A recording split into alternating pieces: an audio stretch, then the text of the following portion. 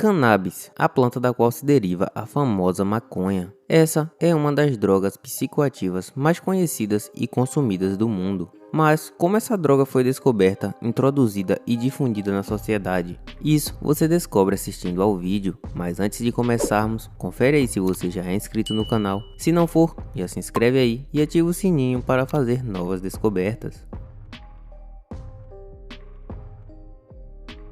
A cannabis, planta de origem asiática, ao contrário do que se pensa, não teve suas propriedades descobertas e exploradas no milênio passado, ou sequer no anterior. Na verdade, há registros de seu uso de cerca de 4 a 2.500 anos antes de Cristo. Apesar de não se ter muitos registros de seu uso como entorpecente na época, acredita-se que ela também possuía essa finalidade, já que há vários indícios que apontam que povos antigos a fumavam. Outras finalidades da cannabis eram medicinais e em usos de rituais religiosos. A cannabis para uso medicinal tem vários efeitos benéficos bem documentados. Alguns deles são melhoras de episódios de náuseas e vômitos, estímulo do apetite, diminuição da pressão intra-auricular, demonstrando eficácia no tratamento de glaucoma, além de efeitos analgésicos em geral. Os efeitos advindos do consumo de cannabis são relaxamento e uma leve euforia, enquanto alguns efeitos colaterais indesejáveis imediatos incluem uma diminuição passageira da memória de curto prazo, boca seca, habilidades motoras levemente debilitadas e vermelhidão nos olhos.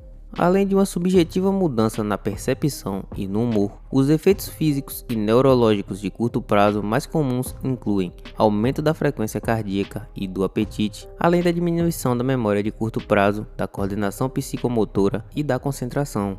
Quando fumada a longo prazo, ela ocasiona danos respiratórios e outros efeitos colaterais a longo prazo são variáveis.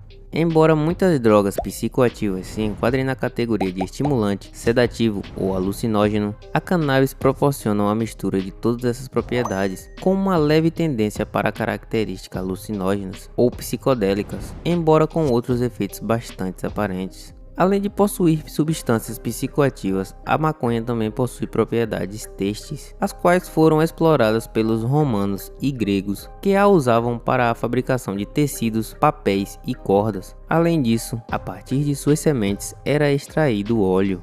O cultivo da maconha se expandiu da Índia para a Mesopotâmia, depois para o Oriente Médio, Europa e África. Durante o período da Renascença, a maconha era um dos principais produtos agrícolas europeus, sendo amplamente explorada na indústria têxtil e medicinal, sendo pouco utilizada como entorpecente.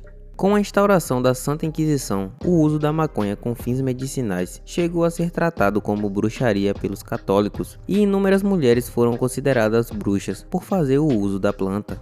Ao final do século XIX, a maconha se tornou comum entre os artistas e escritores franceses. Nessa época, muitas figuras conhecidas se reuniam para fazer o uso da erva, com o intuito de aprofundar pesquisas sobre o efeito da droga no tratamento de doenças mentais. A maconha desembarcou na América do Sul, juntamente com os colonizadores, sendo os espanhóis os responsáveis pelas primeiras plantações feitas no Chile. Acredita-se que a erva tenha chegado no Brasil através dos escravos, porém, nada prova que ela não possa ter sido trazida por marinheiros portugueses. Em 1783, o Império Português se instaurou no Brasil e teve uma forte iniciativa oficial de cultivo de cannabis, com fins comerciais, por causa da demanda de produtos à base das fibras da planta. No início do século XX, a maconha passou a ser criminalizada por vários países. Do início do século até 1920, a maconha já havia sido proibida na África do Sul, Jamaica, Reino Unido e Nova Zelândia. Em 1912, um acordo foi feito durante a Convenção Internacional do Ópio, o qual proibia a exportação do cânhamo indiano, pertencente à mesma família da cannabis, para países que haviam proibido seu uso, exigindo que os países importadores emitissem certificados aprovando a importação e afirmando que a transferência era necessária exclusivamente para fins médicos ou científicos. No Brasil, a primeira lei de controle de entorpecentes apareceu em 6 de julho de 1921, porém penalizava a venda de cocaína, ópio, morfina e derivados, e não fazia nenhuma referência à maconha.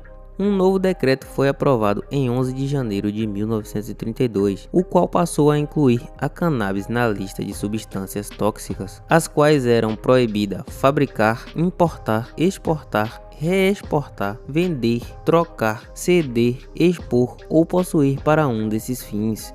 Um terceiro decreto, firmado em 25 de novembro de 1938, passou a proibir em território nacional o plantio, a cultura, a colheita e a exploração de cannabis, com a exceção para fins terapêuticos. A proibição ainda não era absoluta e os usuários continuavam não sendo criminalizados.